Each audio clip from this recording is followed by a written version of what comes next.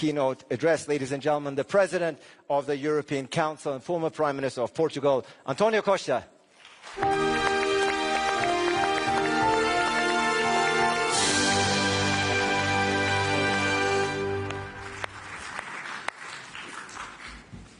Madam President, dear Robert, dear Eddie, Mr. Prime Minister, dear Andrei, Marta, let me begin by expressing my sincere thanks to our Slovenian hosts for their generous hospitality and for once again making Bled a place where Europe gathers not only to reflect but to think strategically, challenge assumptions and shape the future.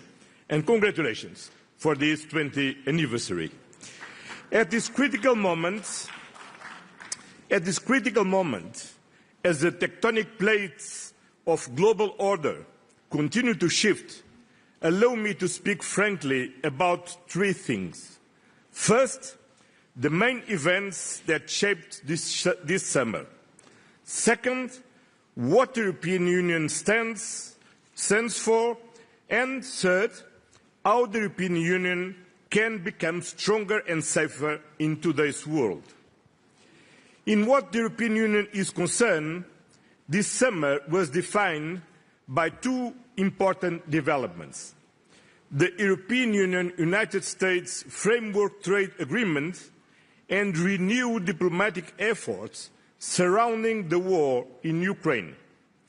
I'm aware that the frustration felt by many Europeans who perceive the Union as having been too passive in shaping these developments.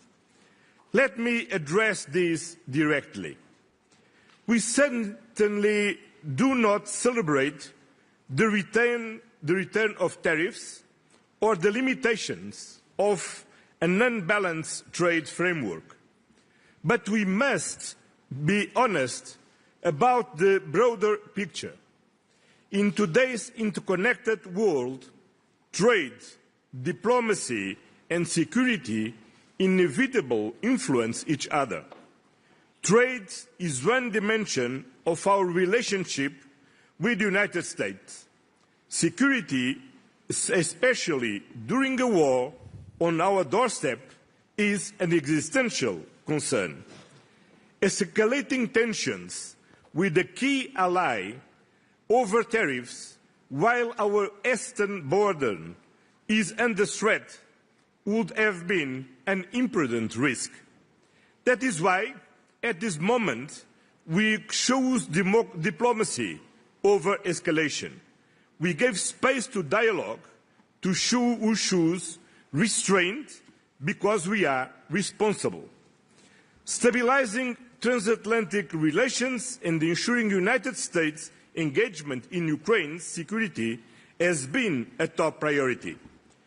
The European Union did not start a trade war, but yes, we refrain from retaliation, protect our own interest, the interest of European consumers by not taxing them with tariffs, the interest of business by providing predictability, and ensuring that our products and services are not at a disadvantage in relation to other exporters to the United States. That said, our partners, including the United States, must know that the European Union will always defend its sovereignty, its citizens, its companies and its values. Diplomacy should never be mistaken for complacency. It is true that this moment proved once again that our powerful single market of 450 million consumers, our rules-based approach are not sufficient. We must become more autonomous, more resilient and more prepared to act, more sovereign. We cannot anymore rely just on our allies when facing threats. We must take greater responsibility for our own destiny.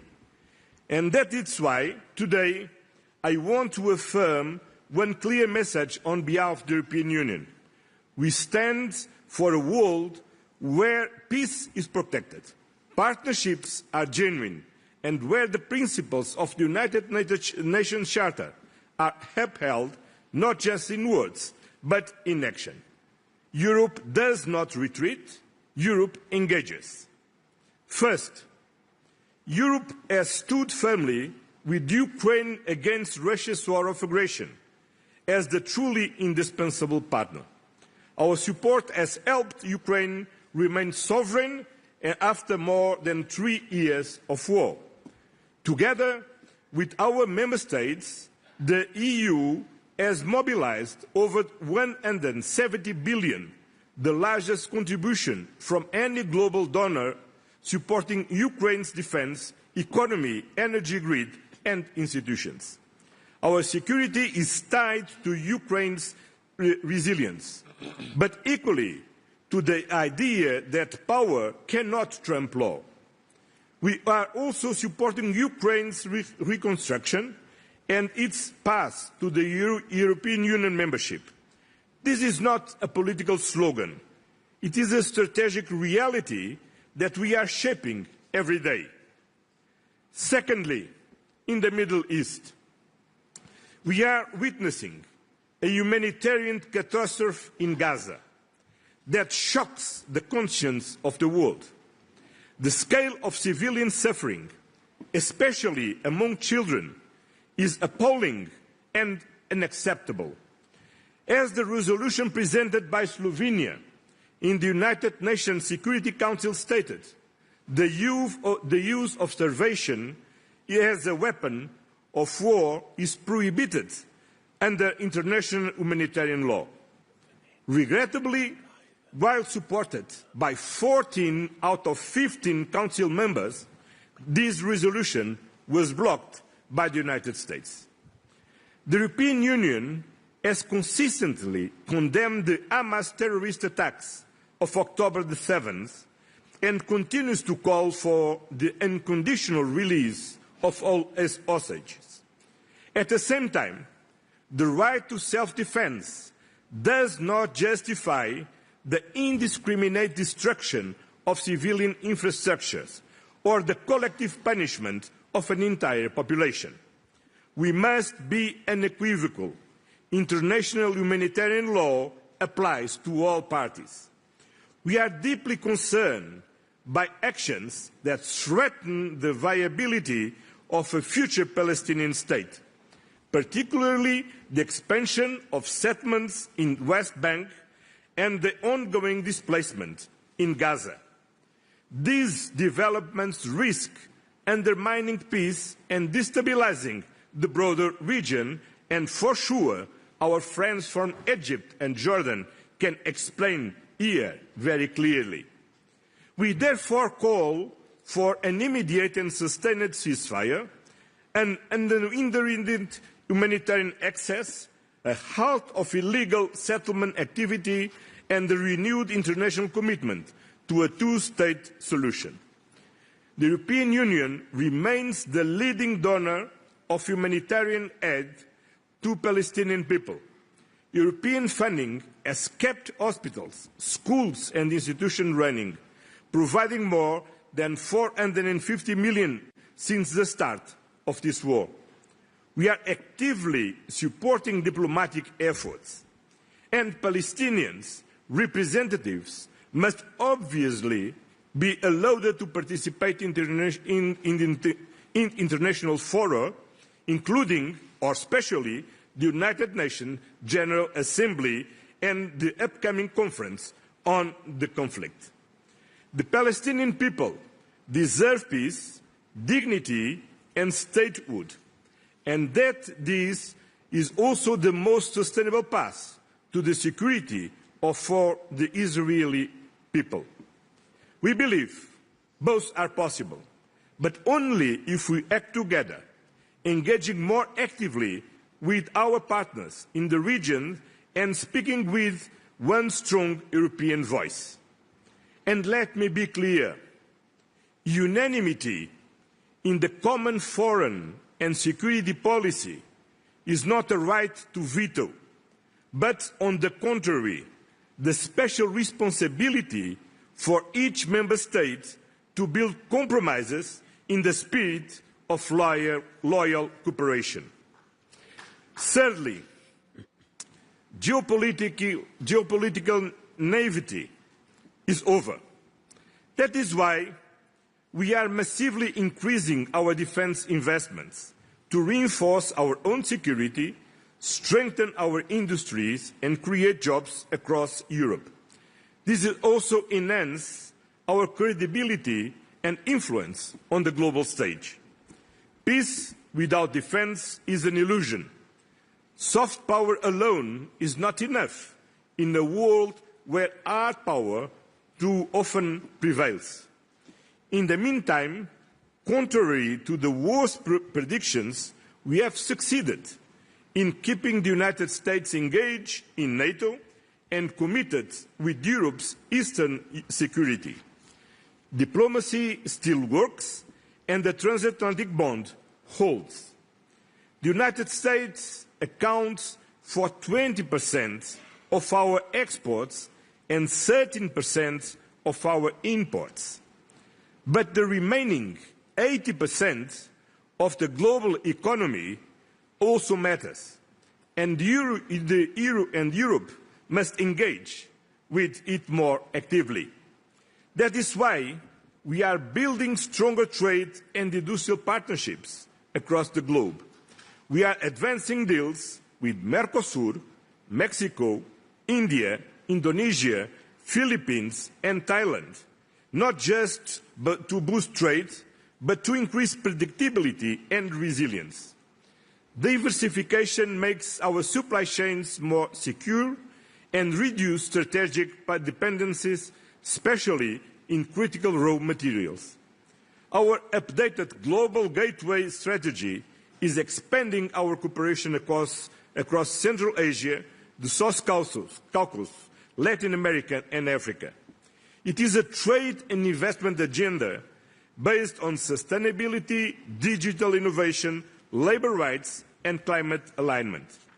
Because trade deals, not tariffs, deliver real benefits for countries, companies and citizens. Europe remains a reference point, not through coercion, but through example. For decades, the European Union has helped lift millions out of poverty and has stood for development, democracy and peace. Our soft power is not naive, it's necessary. In the fragmented world, our contribution is needed more than ever. And finally, let me conclude by addressing our own future. The European Union is not a closed club. We are a community of values and a project of peace and prosperity. And that project is not yet complete. The accession path of the Western Balkans, Moldova and Ukraine are not just promises. They are priorities. These countries are at the heart of Europe and they are part of Europe's future. In the coming years, we must prepare the Union for enlargement through reforms, budget adjustments and strengthened governance. Enlargement will not be easy, but it will be worth it. It is the best investment we can make to reconcile nations and histories and to build a more united continent. We will continue to work with all accession partners and take advantage of its positive momentum on enlargement. The European Union's growth plan for the Western Balkans is a potential game changer, offering financial support and incentives for reforms, regional cooperation and economic integration. We must not lose this momentum. All leaders must do their part. All parties must take responsibility, because this is not about geography. It is about values, democracy, human rights, freedom, rule of law. This enlargement presents a significant challenge for the European Union and its member states, but is even more demanding for the Western Balkans countries. And the greatest difficulty is not the required reforms or the negotiation of various chapters and clusters. The real challenge lies in adopting a new culture mindset, overcoming historical conflicts in order to build a shared future. Ladies and gentlemen, in today's fragmented world, the European Union chooses to act, not through power alone, but through partnership, principle and perseverance. We will stand with those who uphold international law, not with those who seek to dismantle it. We will keep building a stronger Europe, not for ourselves alone, but for the benefit of global peace, justice and cooperation. This is Europe's promise. This is Europe's purpose. Thank you very much.